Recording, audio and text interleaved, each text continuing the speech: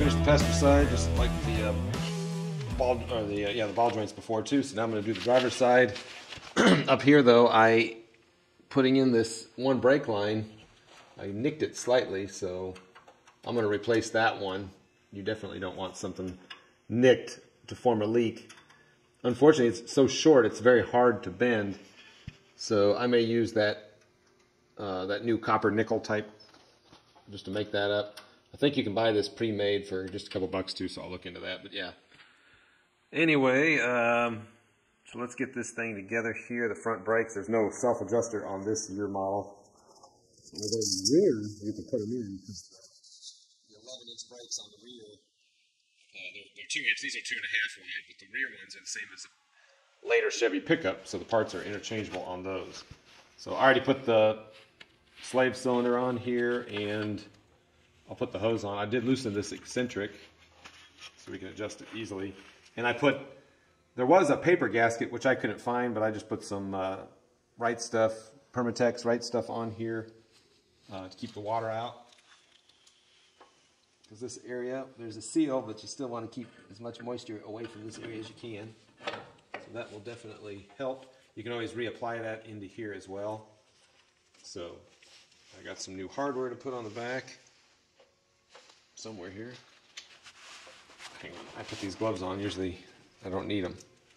Yeah, this has no lock washer. This upper spindle nut, anchor nut, whatever you want to call it. So I'll tighten that down here in just a second. Get that started. How's that? Okay.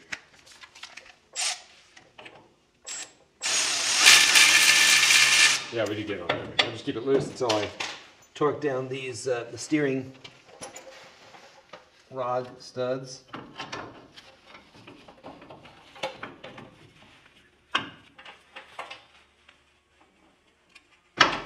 Hang on a second, let me see if I can back out this. I think it's 9/16 maybe. Nope, 5/8.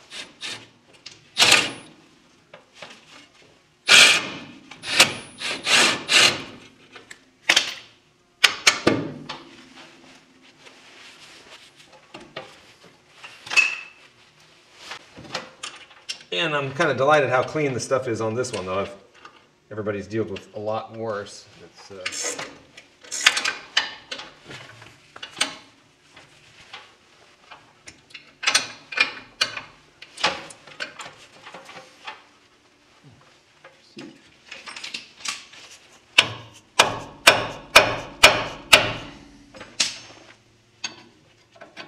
can spray them a little bit.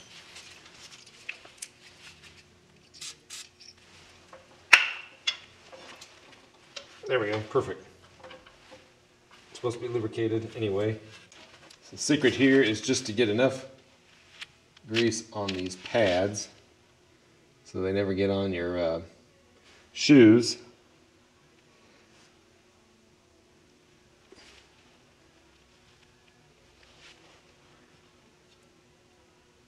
And I always, after so many miles, I inspect the brakes, and I'll re-grease these on inspection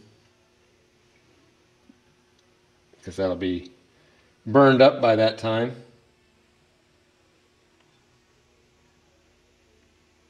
And of course you grease the adjuster so it doesn't freeze, you know. Here's the old shoes. They're actually in excellent shape, but I have a new set, so I'll just save these for backup some other time. And when you take them apart, notice the direction of the adjuster.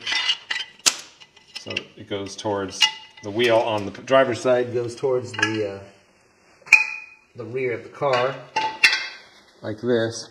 But yeah, see how it's kind of harsh? It's supposed to be a little washer on there too, I don't see it.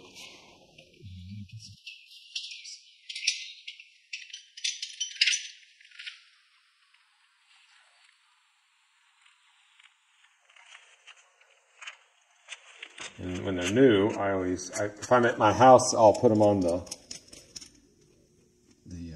wire wheel. Ensure that, grease that, clean that up. So the driver's side one is right-hand threads. See there?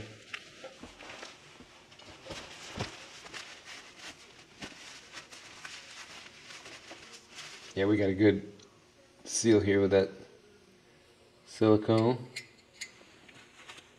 Right stuff. Okay, now let's put the new brake shoes on. And just like the book says, the short shoe, that one goes towards the front. The primary shoe goes towards the rear. And let's see, let's put this on. Yeah, they packaged these, the two short ones together and the two primaries together. If someone didn't know that, they would probably put two of the same on the wrong side. Okay, you know, we can put this on here. The flat side, there's a flat side that goes towards the facing, or the backing plate. And when I do my spring, let's see, put the spring on here.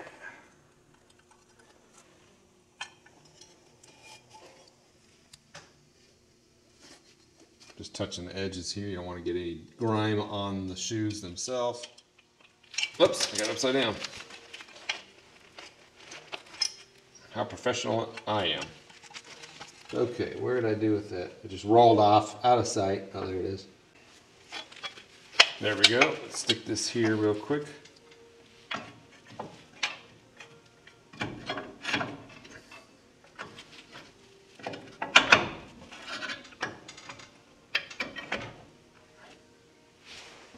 Okay, 1 second. I left the little clips over on the other side of the car. Yeah, and these are nice and painted too, the company that makes these. I got these from DFC Brakes. Alright. When I put the drums on there later on, I'll readjust them. I haven't got the spindle set up yet, so we'll do that later. So the next thing really I want to do, I forgot, is put the hose. You know what, I'll do that in a minute. We want to put the anchor pins on. I got all this. I don't have any background music. There's no rap music or whatever.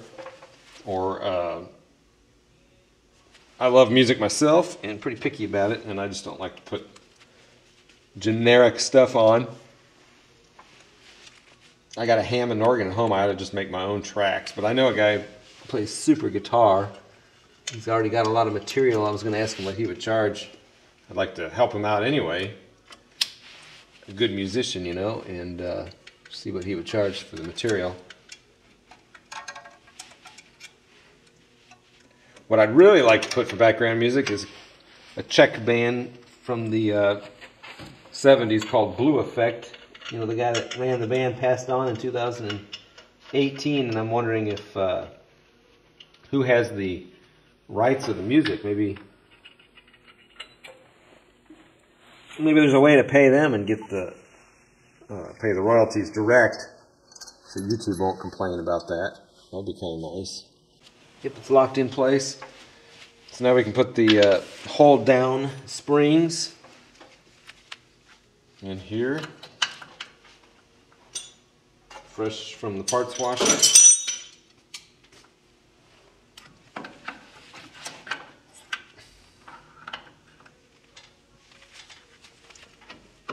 I got to do some Chrysler brakes. Never done them before.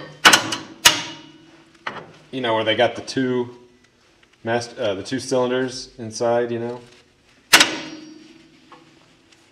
that'll be fun. I have no idea what I'm doing with those, but we'll learn as we go. And I'm tired. I gotta go to work tomorrow too. I want to get this car finished though. It's gonna be fun. I can't wait to get the carburetor rebuilt. That's one of the next steps we're going to do here.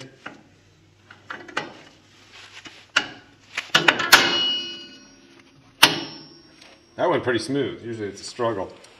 Now, check this out. Where's my...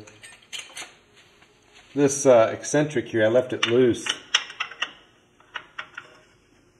See here, you can get it to fit the drum appropriately. These are kind of floating, you know, so it's kind of a nice touch to be able to do that, to preload it if needed. So I'm going to put it in the middle setting here, and then when we put the drum on there, we'll adjust it according to the book. So the next thing we're going to do is put this hose on, and you always never want to forget your copper washer, and if you got one that's marked up, replace them. I keep a supply of those on hand. It's hard to get some torque on it because there's not enough room for that wrench to get in there even. Okay, now we want to put this anchor. I loosened this just so we can mate up the steel hose, because the last thing you want to do is deface the flare, the double flare in there. So I kind of make it so it's floating first, and then put your pin in there, and then tighten down the mount. So sometimes you get the luxury of doing that, and sometimes you don't. Let's see, do I have something?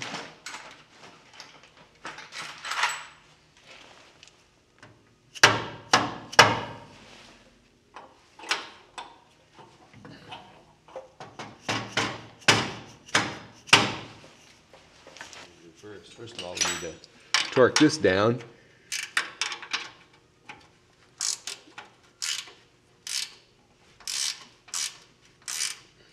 And this I have loose too, because I still have to put the master cylinder line in here.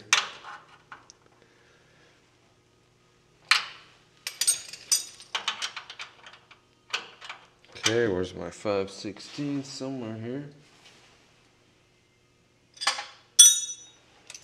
Or 5/8, I mean. I'm tired, I'm telling you.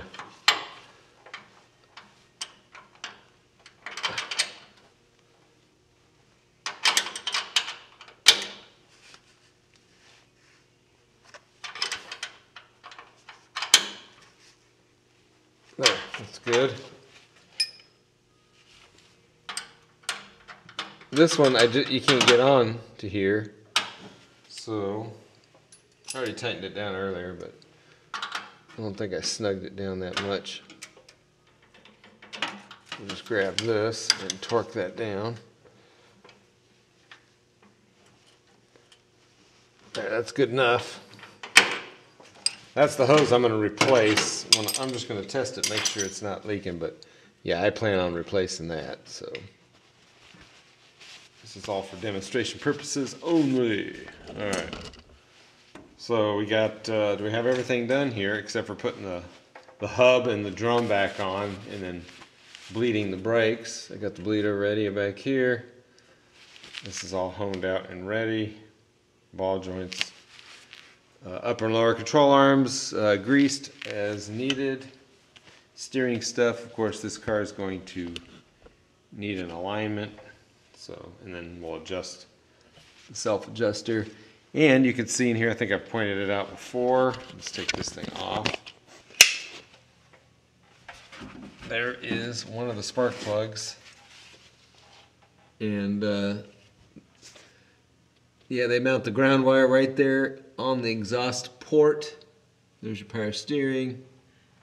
Fuel line coming down back in there. So, a lot of stuff still to do. So I'm going to call it a break. We got the gas tank in tonight, fuel line finished, and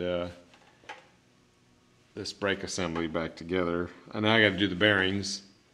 For the front hubs, new bearings and races on one side, and then we'll get the rear suspension back together. Hopefully I'll do that tomorrow. All right, first of all, I got a new camera here, so hopefully it looks nice. A little bit better lighting, but real quick, I just want to make a couple points what I'm doing here. This is for the 60 Pontiac, and it's got the older type of ball bearings. They stopped that in 62, and I'm going to stick with that for now. I did find some hubs I could put the tapered bearings in, but I'm going to do that later. So I was getting ready to set this up, and I lost. I think when I took these to get turned, one set of bearings got lost. So I ordered another set, and these are kind of expensive, but I found an NOS set here, and then for the outer I had to get these Chinese SKF, but with good quality synthetic grease. It should not be an issue to get me through until I get the tapered ones on there, because I do like those better anyhow. So, but the one thing I did want to mention before we get to work, I'm going to knock, these ones are staying, and this one over here I'm going to knock out these races and put the proper new ones in. But one thing I want to mention is, if you do run into these, apparently on the forums, people get in a lot of trouble because they torque these and set them up the way they do tapered bearings. You definitely don't do that. You just barely put any torque on these type. So you want to follow the shop manual exactly as it says. Otherwise, you'll find yourself on the side of the road somewhere ruining a bearing. I'm just going to spray these down just a little bit. Some brake cleaner. And try to keep that off of the...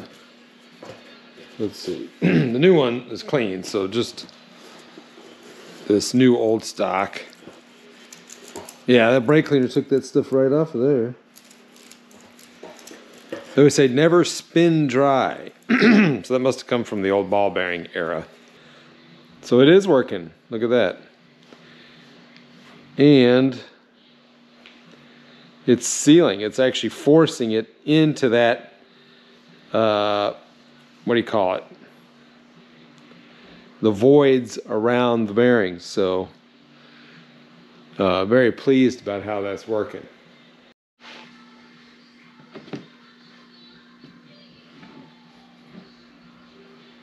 Okay, that's enough. It's enough to get this thing so I can spin it around on the surface.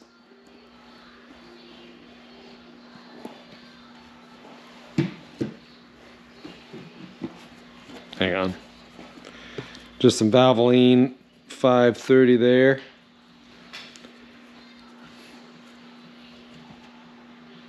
Oh wow, you can actually see bubbles coming out. Look at that. I'm not even wearing good clothes. It's pretty cool. If you're careful, you don't get everything all messy and dirty. I'm not laying underneath the car today, so there, perfect. This grease is some remarkable stuff.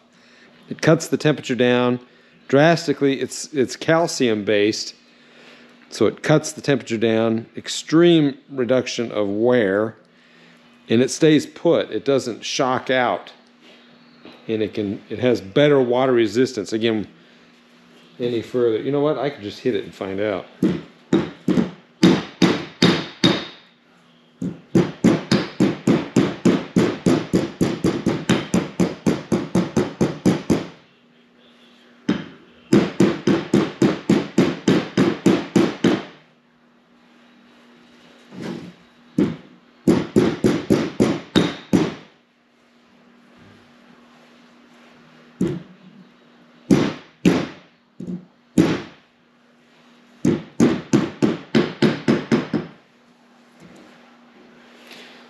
On the radio in the background, the song Convoy is on. That guy's from my hometown, Omaha, and my dad, his brother was my dad's boss when they started up a new country station in Phoenix back in 1980. Freeze was the guy's last name. So there's a whole assembly ready to go. It's kind of nice. Now, I'm going to go ahead and pack the one that is down on the floor here for my driver's side. Okay, so this one I kind of pre-adjusted already, but I'm going to go ahead and preload both shoes so they'll center where they need to go. I'm doing this without looking. Let's see, it should be able to. So we can still spin the drum.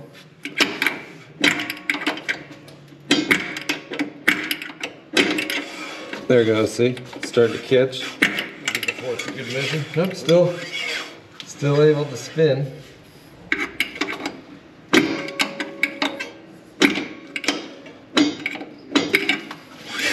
There it is. Let's try it. Now for good measure, there's 3 more. Oh, I can still turn it just a little bit.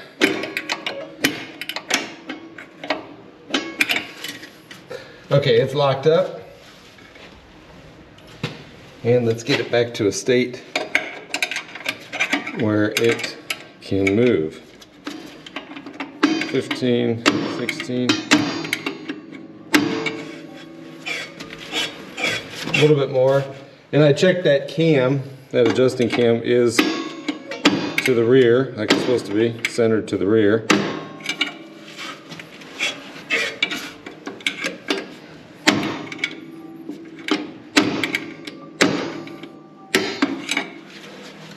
There we are. Let's give it 2 more clicks.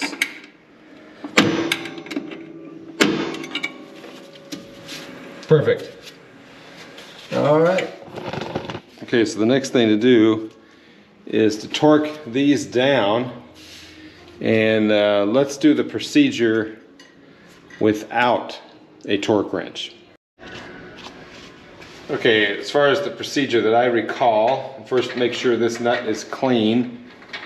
So you want to put this on hand tight. And I had the wrong hold down washer in there. This one's a little bit wider. So I got a hand tight. All right, and if you're doing it without a torque wrench, you use a 10-inch wrench, or I don't have one, so I'm going to hold this approximately where 10 inches are for leverage purposes. Now on the roller type, I mean on the ball bearing type, not the roller type or the tapered type, you don't have this spinning, you're just preloading, what do they say, a maximum of 10 pounds on the wrench.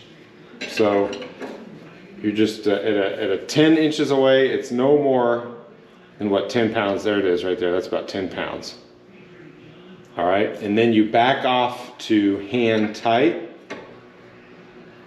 to where it's hand tight. It's about right there, right there. And then you go to the next spot where the cotter pin can go in, which is right there. It's right on the money. So these wheel the round ball bearings are pretty sensitive.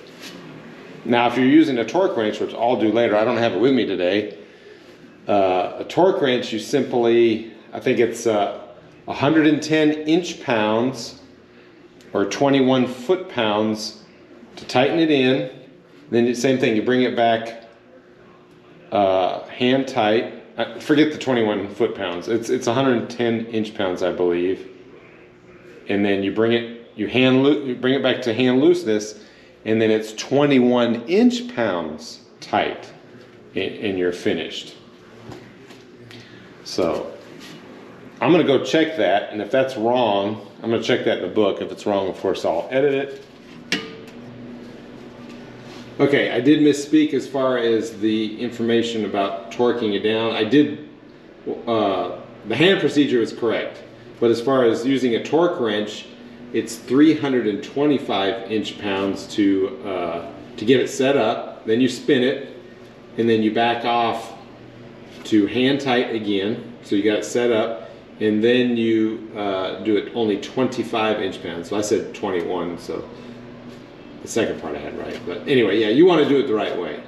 But yeah, those roller bearings are free to do what they want, and that's how it should be. So when you get the tire on there, you should feel nothing. You should feel no notchiness at all when it's all torqued down and set. And also, if you got a cotter pin that's too long, clip them because you don't want it to interfere with the static suppressor that's in here. So I'm going to redo this though.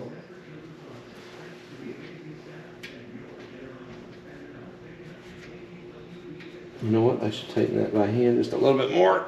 There.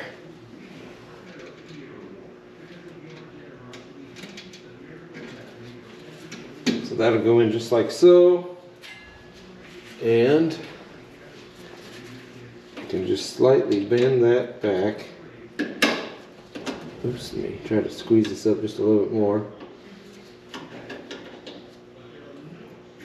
Probably too short of a cotter pin. There, it's not going to fall out. No way. I'm going to bend it just a slight bit more though, because you don't want it to interfere with the caps, the dust caps on here. And that's going to have a good seal. Some people really pack them with grease. I don't see any purpose of that. It should be that water can't get in here. I could see the reason for packing it up, I suppose, for if you have a real poor quality grease, I suppose. But it's not in the shop manual.